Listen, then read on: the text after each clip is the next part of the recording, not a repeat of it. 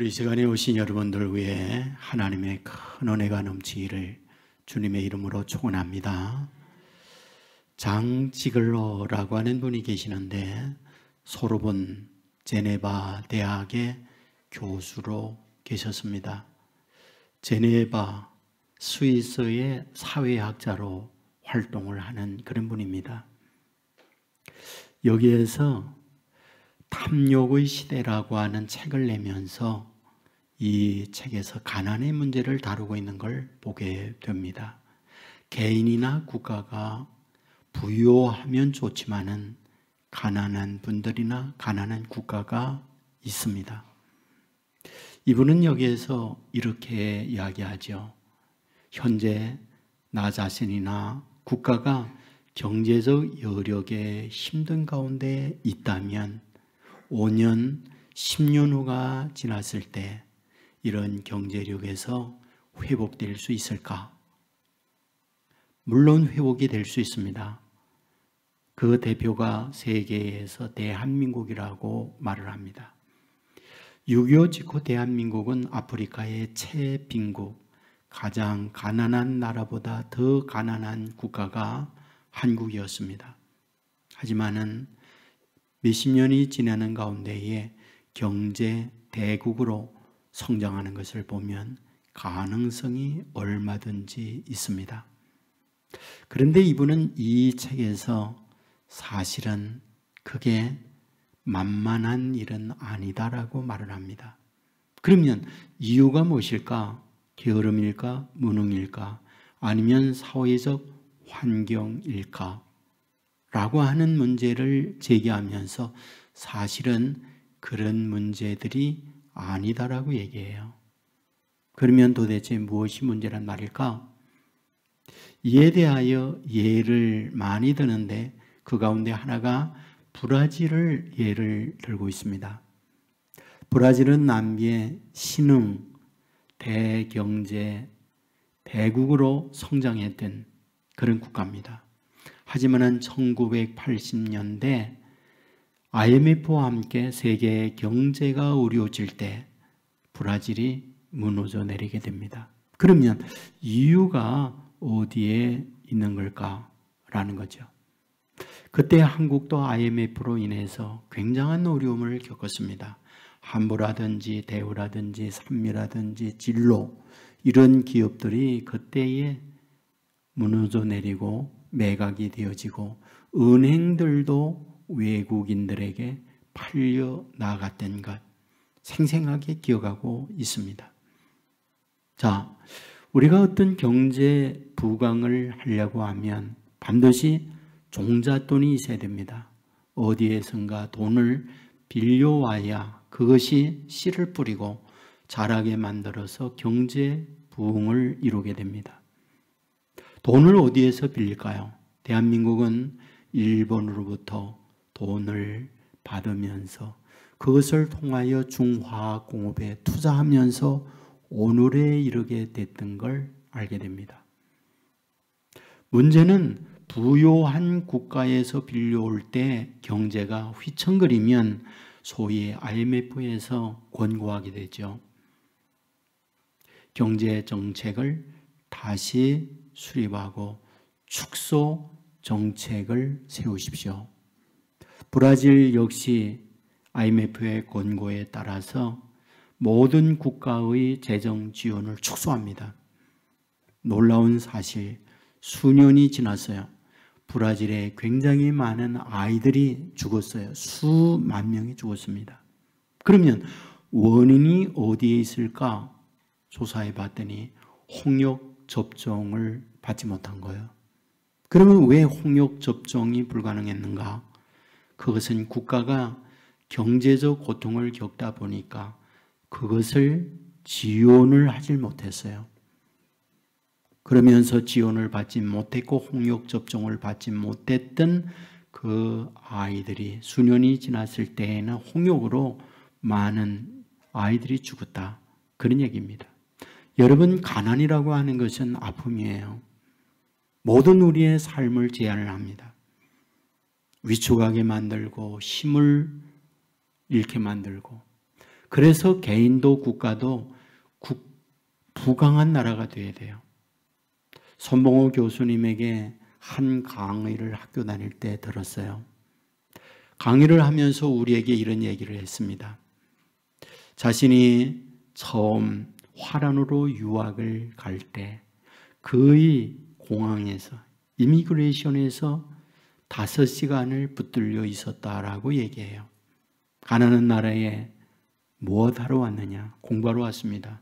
학비는 누가 될 것이냐? 라고 하면서 꼬치꼬치 공항 통과를 하지 못하게 해서 5시간을 붙들려 있었다. 수십 년이 흘렀습니다. 그리고 난 이후에 다시 화란을 가게 되었을 때에는 아주 금세 통과를 했다는 거예요. 그러면 무엇이 이러한 결과를 낳게 됐을까?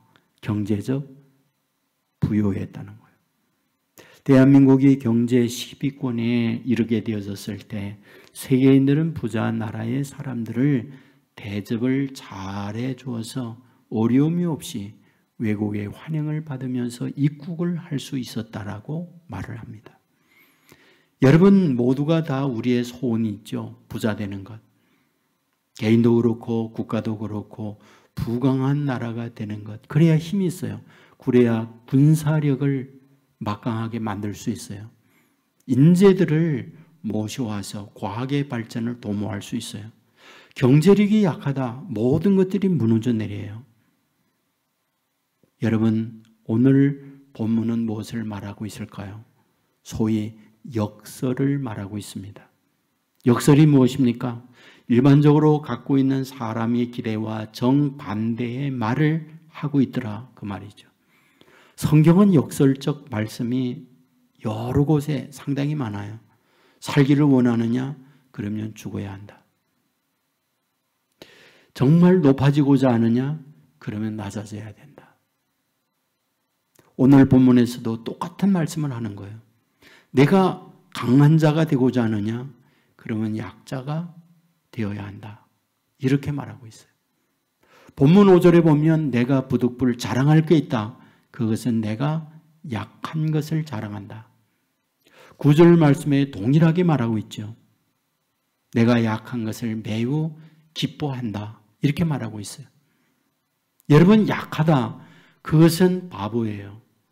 남들에게 대우받지 못해요. 약하면 주눅 들고 어깨가 처져요. 유진 피터슨이라는 목사님이 계세요. 그분이 성경을 현대어에 아주 쉽게 이야기식으로 성경을 풀어낸 것이 있어요. 메시지 성경입니다. 그 메시지 성경을 보면 여기에 약하다 이 말을 장애를 가졌다라고 번역을 했어요. 내가 자랑할 것이 있으니 나는 장애인입니다 라고 번역을 하고 있다는 거예요. 여러분 장애인은 숨고 싶어요. 자랑스럽게 나서는 거는 힘들어요. 그런데 오늘 여기에서 나의 약한 장애 이것은 자랑입니다 라고 나서고 있어요. 도대체 그렇다고 한다면 여기에서 무엇을 말씀하려고 하는 걸까요? 우리는 성경을 보면서 바울이 처음으로 등장한 성경을 보게 됩니다. 사도행전 7장 58절에 나와요. 그 말씀의 배경이 무엇입니까? 스데반이 말씀을 증거하게 될 때에 설교를 들었던 사람들이 스데반의 설교가 자기들이 원하는 설교가 아니다. 자기 마음에 들지 않는다. 그래서 설교자인 스데반을 돌로 쳐 죽이는 내용이 거기에 나와 있습니다. 여러분 여기에서 사람들이 화가 나니까 웃동을 벗었는데 그 웃동 벗은 옷을 청년 사울 앞에 두니라 라고 기록해요. 그러니까 신실한 믿음의 사람 스데반을 죽이는데 함께 했던 사람이 누구?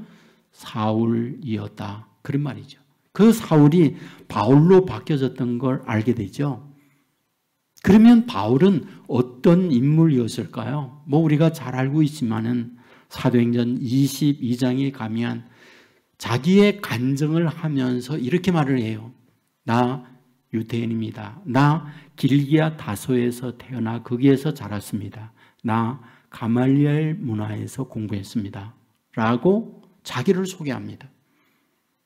유대인이 길기야 다소에서 태어났다. 무슨 뜻입니까? 유던 나라에 살 수 없는 상황이었다. 디아스포라가 되었다는 말이죠. 여기 길기야 다소라는 말은 지금의 터키입니다. 아시아예요. 그가 그의 부모를 따라 그곳에 와서 거기에서 나서 거기에서 성장했어요. 그리고 지금 가말리엘 문화에서 공부했다라고 말을 합니다. 유대인은 거대한 양대 산맥이 있어요. 하나가 샴마이 학파와 두 번째가 힐렐 학파입니다. 이 두 학파를 통해서 유대 사회의 랍비들이 배출되어지고 그곳에 인재들이 모여들어요. 근데 샴마이 학파보다는 힐렐 학파를 더 인정을 하고 알아줍니다. 그런데 그 힐렐의 손자가 누구냐? 가말리엘이에요.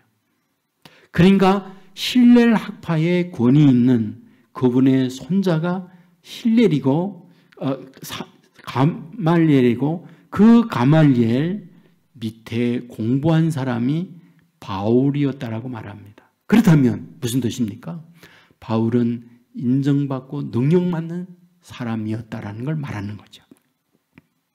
우리가 빌립보서 3장에 가면 남들이 육체적으로 자랑할 것이 있다라고 나섭니다. 나 이런 것이 자랑이고 이런 것이 사람들에게 인정받는 요소들이다 라고 말할 때에 바울이 얘기해요. 그러냐? 나도 그러하다. 나도 인간적 자랑할 것이 있다. 그게 뭐냐? 8일 만에 나는 할례를 받았다. 나는 유태인이요. 유태인 가운데의 베냐민 지파다. 나는 히브리인 중에 히브리인이다. 그리고 율법의 의로는 흠이 없는 자다. 라고 하면서 사람들에게 자랑거리를 얘기합니다. 무슨 뜻인지 아세요? 당시에 아이들이 커갈 때에 내가 커서 어떤 인물이 되어야 되느냐? 저기에 있는 바울처럼 너도 되어야 된다. 라고 했던 것이 바울의 모습이었어요. 사도행전 9장에 가면 대제사장에게 체포영장을 받고 예수 믿는 다마스커스의 사람들을 체포하기 위하여 갔다라고 기록합니다. 무슨 뜻인지 아세요? 당시 최고의 권력자 중에 한 사람이었던 대제사장과 직접 만나서 서로 간에 이야기할 수 있는 위치에 있던 사람이 바울이었다. 바울은 차세대 유대 사회의 지도자입니다. 사람들이 그를 주시하고 있었어요. 그런데 여러분, 성경은 뭐라고 말합니까? 이렇게 자랑스럽게 여겼던 모든 걸 다 해로 여겼다. 해로 여길 정도가 아니라 배설물로 여겼다. 쓸모없는 소대병과 같이 다 버리는 것이 되어졌다라고 말합니다.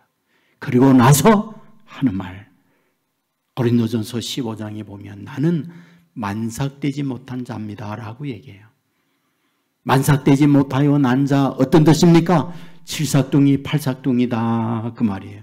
정상적 사랑구실을 할 수 없는 상태에 있는 게 바로 나 올시다라고 말을 합니다. 부족합니다. 디모데전서 1장에 보면 나는 죄수 중에 괴수입니다 라고 말을 해요. 괴수가 무엇입니까? 괴물이라는 말이에요. 일반 사나운 무서운 짐승 가운데 흉측하여 감히 볼 수 없는 그런 짐승, 그게 괴수입니다. 나는 그런 못되고 사람들에게 가까이 갈 수 없는 죄인 중에 괴수입니다. 에베소서 3장에 보면 나는 작은 자 중에 더 작은 자입니다 라고 얘기를 해요. 아니 그렇게 인간적으로 자랑스럽게 내놓을 수 있는 그분이 어찌하여 괴수라고 하고 만삭되지 못하여 난 자라고 하고 작은 자 중에 가장 작은 자라고 말을 하고 있는 걸까요? 그 이유가 무엇입니까? 여러분, 여기에서 이와 같이 말하고 있는 것, 작아지는 것, 그것은 사실상은 바보의 표현을 하고 있는 거잖아요. 인간은 기본적으로 본질적으로 높아지려고 해요. 남들에게 부끄러움이 있으면 분칠을 하고 사람들에게 과시하는 모습을 내세우려는 것, 그게 모든 인간이 갖고 있는 꿈이에요. 선악을 알게 하는 열매를 먹게 만들 때에 사탄이 뭐라고 말합니까? 그 열매를 먹는 날에는 내가 하나님이 된다는 거예요. 그러니까 하나님이 되려고 그걸 먹는 겁니다. 그 모든 인간은 하나님 되고파 해요. 높아지고자 해요. 잘난 사람 되고자 하고 강한 자가 되고자 하는 거죠. 여러분, 오늘 본문 앞부분에서도 자기의 강한 부분, 자기의 잘난 부분을 이야기해요. 그게 뭡니까? 환상과 계시라고 얘기합니다. 본문 1절에 보면 무익하나마 내가 부득불 자랑하노니 주의 환상과 계시를 말하리라. 부득불 내가 자랑하고 잘난 모습을 보이고 싶다. 주의 환상과 계시다. 그것이 무엇입니까? 2절에 보면 14년 전에 셋째 하늘에 내가 올라갔다. 그리고 뒤에 보면 4절에서 그가 나군으로 이끌려 가서 말로 표현할 수 없는 말을 들었으니 사람이 가히 이르지 못할 말이로다. 너무 신령한 세계에 하나님과 만나 하나님의 세계를 자기가 경험하고 하나님의 직접 면전에서 은혜와 계시를 받았다고 고백해요. 자랑이라는 거죠. 그런데 5절에 넘어와서 약한 것들 외에 자랑하지 아니하리라. 여러분, 여기에 말씀을 가만히 보세요. 인칭의 변화를 쓰고 있다는 것. 어떤 인칭의 변화를 씁니까? 내가 셋째 하늘에 올라가서 자기의 경험을 말할 때에는 뭐라고요? 내가 한 사람을 안다. 그가 3인칭을 쓰고 있어요. 자기가 경험하고 자기가 그와 같은 은혜를 받고 있음에도 불구하고 자랑스럽게 높아질 수 있는 그 부분을 말할 때에는 내가 아닌 것처럼, 내가 알고 있는 어떤 사람을 얘기하는 것처럼 자기를 얘기해요. 그리고 난 이후에 못나고 약하고 남들에게 부끄러움으로 숨길 수 있는 그것을 말할 때에는 1인칭으로 바뀌어요. 나는 이렇게 못난 자라고, 나는 이렇게 부족한 자라고, 그렇게 바꾸고 있어요. 남들에게 대우, 남들에게 높아짐, 남들에게 강함을 표현할 그때에는 내가 알고 있는 어떤 한 사람, 그가라고 자기를 표현하고 있어요. 그런데 부족한 걸 말할 때, 그럴 때에는 나라는 거예요.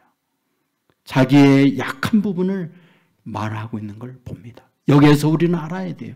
자신의 겸손을 표현하기도 하지만 실제 자기가 약하여진 걸 말하려고 해요. 여러분, 그 부분을 7절에서 분명히 말합니다.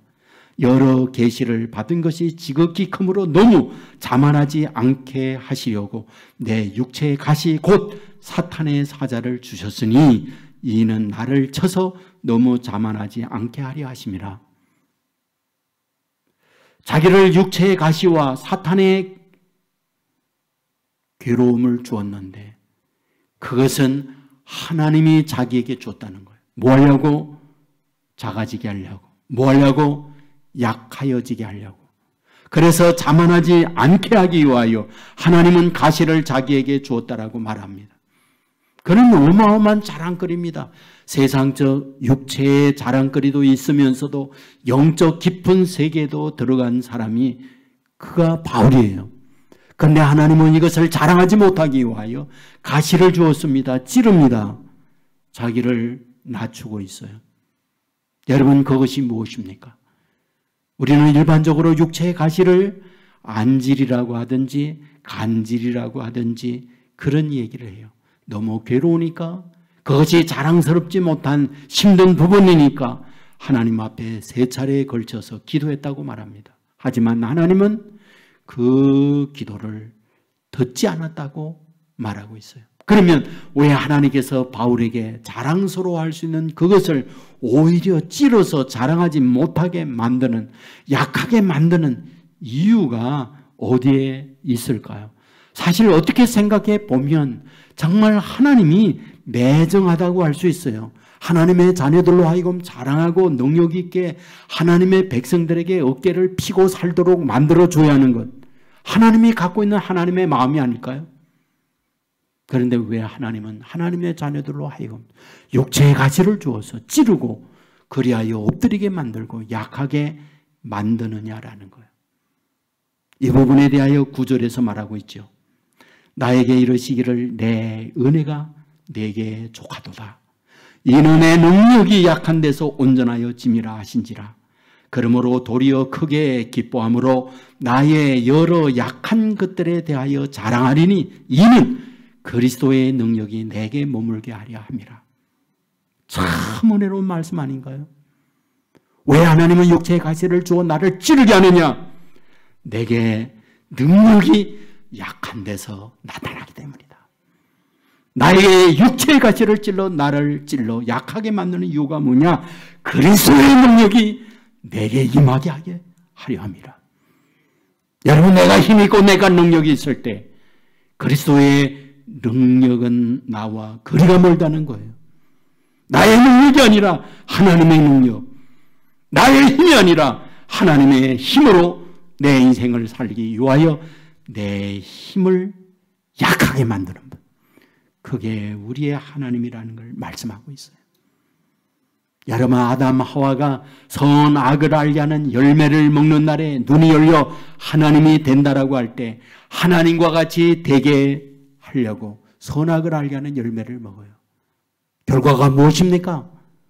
선악을 알게 하여 분석하고 판단하고 말하기 좋아하는 자가 되었는지 모르지만 진정한 능력은 하나님이 떠나버림으로 말미암아 상실되었어요.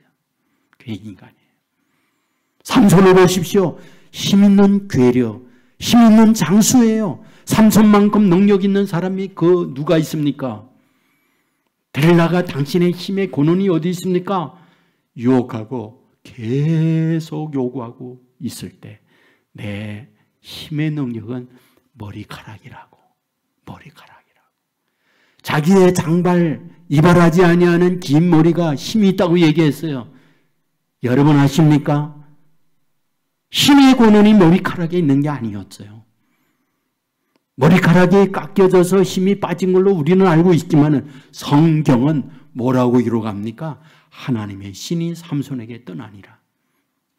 그 힘은 하나님의 신에 의해서 움직였던 것이지 머리카락이 아니었던 거죠. 두 눈은 뽑혀버리고 연잔매들을 가는 비극적 인생이 되고 만 걸 봅니다. 여러분, 하나님의 사람으로 하여금 능력 있는 인생을 살기 위하여 하나님이 바라는 것, 하나님의 돕는 힘으로 인생을 능력 있게 강하게 살기를 원하고 있다는 사실 믿으시기를 주의 이름으로 축원합니다. 짐 콜린스라고 하는 분이 계세요. 위대한 기업은 다 어디로 갔는가, 이런 제목의 책을 썼습니다. 100년 동안에 위대한 기업들이 살아났다가 지어버리고 말았어요. 그 가운데 몇 개의 회사를 소개하고 있는데 그 가운데 하나 코닥입니다. 여러분, 1800, 1700년대에 코닥이라고 하는 이 회사는요, 지금의 구글, 지금의 애플과 같은 기업이었어요. 미국의 최고의 엘리트만 갈 수 있는 기업이 코닥입니다. 여러분, 코닥 그러면 여러분이 갖고 있는 인식이 뭡니까? 대표적인 게 필름이에요. 우리가 아날로그 사진을 찍을 때는 카메라에 전부 카메라 필름을 넣어요. 그게 거의 대부분이 코닥 거를 썼어요. 미국의 시장의 90% 이상이 코닥입니다. 그리고 세계 시장의 거의 대부분이 코닥이 점령하고 있었어요. 어마어마한 돈을 버는 기업이 코닥입니다. 그런데 이 코닥이 무너졌어요. 무너짐의 이유가 무엇입니까? 디지털 카메라가 나와서 그렇죠. 필름이 더 이상 필요 없는 거예요. 맞습니다. 디지털 카메라 때문에 무너져 내렸어요. 그런데 아세요? 여기에 디지털 카메라를 제일 먼저 개발하여 생산한 회사가 코닥이었어요. 그런데 그것을 개발을 했지만 상용화하는 일은 주춤거렸어요. 쓰지 않았어요. 이유가 뭔지 아세요? 어마어마한 이 시장을 누가 잠식하고 누가 덤빌 수 있으랴. 그 자만심, 그것이 무너져 내렸다는 거예요. 여러분, 우리는 지금 삼성 갤럭시라든지 애플 폰을 쓰고 있어요. 거의 대부분이 그 전화를 씁니다. 그런데 아십니까? 20, 30년 전에 모토로라고 하는 전화가 세계를 지배했다는 것. 노키아라고 하는 회사에서 모토로라고 하는 이 전화기를 생산했고 그것이 전 세계의 50% 이상 시장 점유율을 갖고 있었어요.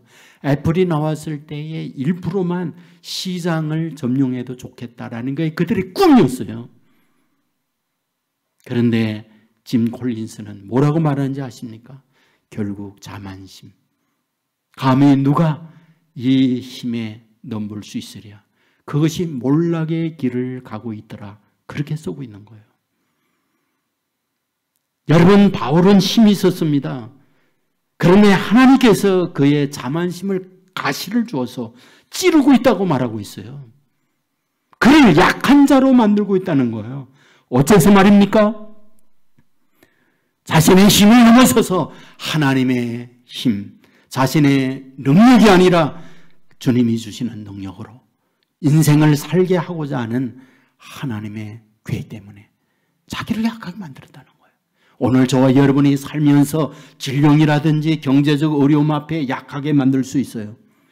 하지만 배후에 저와 여러분에게 사람의 힘이 아니라 하나님의 능력을 갖고 살게 하고자 하는 섭리가 숨어 있다는 거 믿으시기를 주의 이름으로 축원합니다. 여러분, 오늘 10절에 보면 이렇게 기록합니다. 그러므로 내가 그리스도를 위하여 약한 것들과 능욕과 궁핍과 박해와 곤고를 기뻐하노니 이는 내가 약한 그때에 강함이라. 뭐 때문에 약합니까? 능욕, 궁핍, 박해, 곤고, 이것 때문에 약해진다는 거예요. 그런데 이것을 나는 정말 기뻐한다. 왜? 그것 때문에 진짜 내가 강하여졌기 때문에. 그러므로 저와 여러분이 살면서 곤고, 가난, 질병, 박해 또는 능욕이 있나요? 어쩌면 하나님은 그런 과정, 육체의 가시를 통해서 뭐하다? 강한 자로 만드는 과정이라는 것 믿으시기를 주의 이름으로 축원합니다. 이것이 주께서 저와 여러분에게 주는 역설적인 거예요. 여러분, 우리는 베드로를 잘 알아요. 그는 강한 자였어요. 하지만 어땠나요? 그는 강하다고 할 때에 예수님이 십자가의 죽음을 이야기할 때 내가 나서서 막겠습니다. 그러자 주님은 말하죠. 사탄아, 내 뒤로 물러가라. 너는 나를 넘어지게 하는 자로다. 어찌하여 너는 사람의 생각만 하고 하나님의 일을 생각지 않느냐라고 말했어요. 여러분, 그랬던 그는 예수님을 3번씩 부인하고 쓰러졌습니다. 그를 했던 그가 육체에 힘이 다 빠졌을 때 사도행전 3장에 가면은 은과 금은 내게 없습니다. 내 힘이 없습니다. 그러나 내게 있는 것 당신에게 줍니다. 곧 나사렛 예수의 이름으로 일어나 걸으라. 그럴 때 일어나 걷는 역사가 나타나잖아요. 여러분, 주님이 힘을 주니까 그런 기적의 역사가 나타나는 거예요. 모세가 40년 동안 왕궁에서 지냅니다. 왕궁의 왕자로 지낸다는 것, 최고의 엘리트 과정을 지낸다는 거예요. 로얄 아카데미에서 교육을 받았어요. 그를 모두가 다 부러워해요. 하지만 자기의 힘으로 뭔가 하려고 할 때 그는 쓰러졌어요. 미디안 광야로 도망갑니다. 40년 동안을 광야 생활을 해요. 무슨 뜻인지 아세요? 40년 동안 왕궁에서 힘을 비축했던 그것을 광야로 끌고 가서 하나님은 40년 동안 힘 빼더라는 거예요. 여러분, 그가 힘 빠졌을 때 80세가 됐을 때 하나님이 그를 찾아와요. 말합니다. 고통하고 괴로워하는 동족 네가 가서 인도해라. 여러분, 가면서 그에게 뭘 줘 보냅니까? 막대기 하나 줘 보냅니다. 막대기 하나. 마른 막대기 하나 쥐어 보내요. 그의 힘을 다 빼고 나서 그에게 고작 준 건 막대기 하나였어요. 그런데 어때요? 그는 능력 있게 10가지 재앙이 그게 나타나요. 그가 갈 때 능력 있게 홍해가 갈려요. 그게 갈 때에 능력 있게 반석에서 샘이 솟아나요. 무엇을 뜻합니까? 내 인간적 힘이 빠졌을 때 하나님의 능력을 덧입어 정말 전능한 능력의 사람을 만들고 있는 게 하나님이 하시는 일이로구나 믿으시기를 주의 이름으로 축원합니다. 언젠가 여러분에게 이상근 목사님을 소개했던 적이 있는데 대구 제일교회의 훌륭한 목사님이에요. 우리나라가 100여 년 전에 기독교가 들어오고 난 이후에 주석 우리나라 분이 쓴 게 없었어요. 최초로 쓴 분이 박윤선 박사님, 두 번째로 쓴 분이 이상근 박사님이에요. 근데 이분의 간증을 들어보면 16살에 다리병이 왔어요. 그래서 이 발이 아프고 붓고 고름이 생기고 쩔뚝거리며 걷지 못하니까 하나님 앞에 엎드려 40일 동안 산기도했어요. 그런데 더 악화가 됐어요. 그러자 자기 어머님이 대구에 가면 한약이 유명한데 용한 한의사에게 가서 한약 조제를 해서 먹였는데 이게 덧났어요. 그래서 무려 3년 동안을 꼼짝 못하고 방 안에만 있었다라고 해요. 학교 못 갔죠. 친구들과 못 놀았죠. 정상적 생활이 불가능했죠. 그런데 누워서 할 수 있는 게 뭐냐? 고작 성경만 읽었다는 거예요. 20살이 되기 전까지 이분의 성경의 실력이 창세기부터 요한계시록까지 거의 암송을 했다는 거예요. 성경만 읽은 거예요. 그래서 성경 박사가 나타났다. 소문이 그 지역에서 자자하게 났었다는 거예요. 목사님이 돼서 성경을 해석을 하고 주석을 써냈어요. 모든 목사님들에게 영향을 주었습니다. 그런데 이분이 목회를 하다가 은퇴를 할 때 그 교회 장로님 의사가 얘기했어요. 목사님, 한번 특수 발 검사를 해보면 어떨까요? 그분의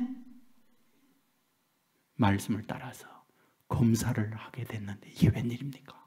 발에 1cm짜리 머리카락보다 약간 두꺼운 쇠 철사가 들어가 있는 거예요.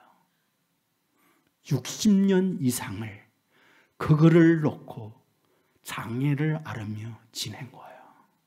그걸 뺐어요. 목사님들에게 그걸 보여주면서 이게 제 육체의 가시였습니다. 그러며 하는 말이 뭔지 아세요? 제가 하나님과 가까이 가고 성경을 깊이 알고 오늘의 이런 목회를 할 수 있었던 것은 이 가시 때문이었습니다. 라고 간증을 하는 거예요. 여러분, 바울에게 가시가 있었어요. 하나님 앞에 떠나게 해달라고 3번씩 기도했어요. 그러나 하나님은 그 가시를 내버려 두었어요. 그 가시 때문에 그는 강한 자가 됐어요. 여러분, 성경의 절반, 신약의 절반 이상 바로 바울이 쓴 거예요.